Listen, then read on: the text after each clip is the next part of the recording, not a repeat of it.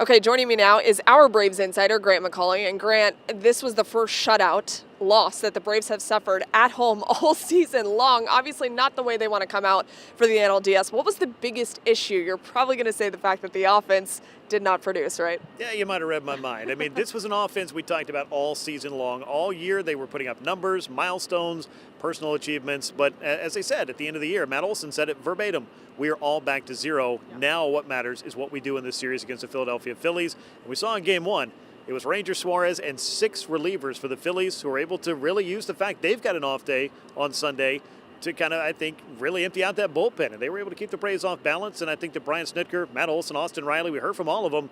It was more about what the Phillies did than what the Braves weren't able to do in this one. And I think it's always kind of a blend of those two things. How much did you go into this one looking at the fact that Ranger Suarez was on the mound thinking, okay, the Braves need to win this game considering who they have coming after Ranger? Yeah, there's no two ways about that. I mean, if there was somebody that you were going to get to, you hoped, because the Braves have been so good against lefties this year, Ranger Suarez would kind of be that guy. But this was a very different Ranger Suarez than we saw a year ago when he struggled with his control in Game 1 of the NLDS.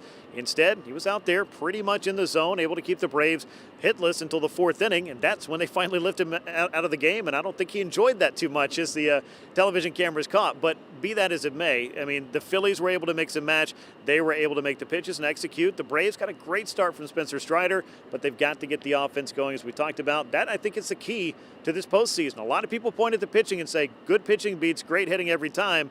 Yeah, that might be true, but you got to have good pitching and you got to have the offense, the timely hits, and the Braves didn't have those in Game 1. They were close, though. I mean, really, honestly, if Trey Turner doesn't turn that double play, we're looking at a different ballgame, right? Yeah, you never know what could have happened in that inning, but great players make great plays in big moments. And Trey Turner, they signed him to an 11-year, $300 million contract to be a guy who could make those kind of plays.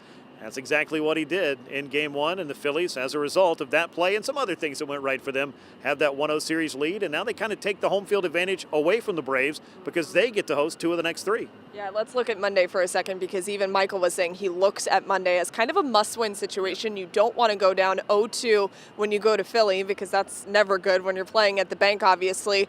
What do you like about Max Fried, considering he is relatively healthy? He says he feels as good as he has, and maybe the blister is going to cooperate? Yeah, how did he describe it? Night and day from where I was a year ago. I mean, we know he was just, I will say deathly ill, but certainly not feeling like himself a year ago. Now it's the frustration of the blister thing that he's dealt with throughout the course of his career. But he said, it's healed, it's no longer visible, it's not there.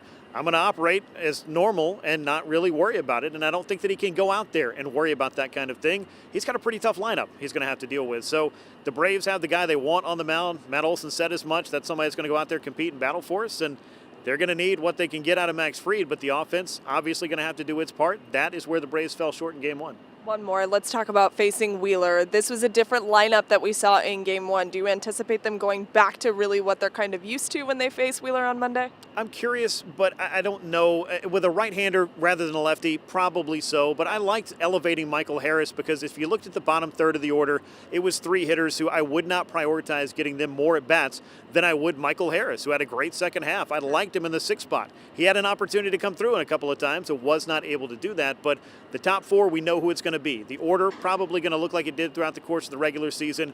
Ozuna in the 5 spot, and then we'll see what Brian Snitker decides to do after that. But I buy into the fact that I don't think that you really could have changed the order very much, and it to have flipped this entire game around and turned all those singles into home runs or something like that. This was a good night of pitching for the Phillies and a bad night of hitting for the Braves. Sometimes that just happens. And in front of a record crowd at Truist Park as well. Grant, thank you so much. Appreciate your time as always. Remember, Max Fried gets the ball on Monday.